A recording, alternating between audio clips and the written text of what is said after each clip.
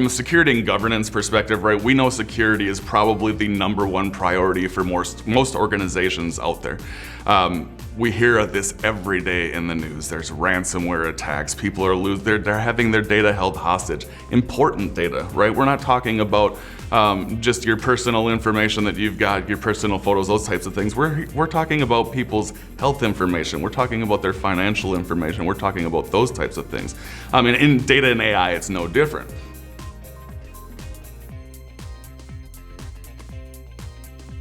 Where the governance portion comes into perspective for data and AI is about being responsible with AI, right?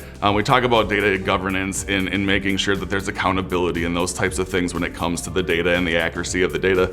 But in AI, there has to be accountability, there has to be transparency so that everybody involved, including the end users, including the models, including the application users, understand that this is how we got our data. There's zero bias in it, or if there is bias in it, we've considered it and we've mitigated it.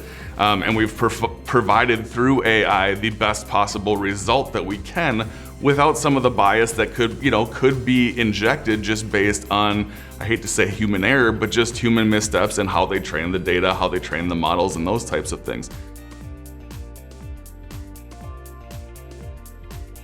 Sooner or later, every company is going to be a digital company. You look at the workforce today, and everybody joining the workforce grew up in technology. They're so used to their smartphones being their access to information everywhere. And so they're going to want to leverage that in the workplace. And so any company that thinks that they can avoid this is not going to be in existence in a few years. So it's really important that we as Insight are helping our clients think about what is the new reality. How are they going to become digital? How do they take their existing products and services and innovate them to integrate in new technologies like data and AI, making sure that they're secure, making sure that they're connected, whether that's connected to the cloud or connected to the edge. It's really important that every company is thinking about how do they outmaneuver the competition and how do they stay ahead in a digital world.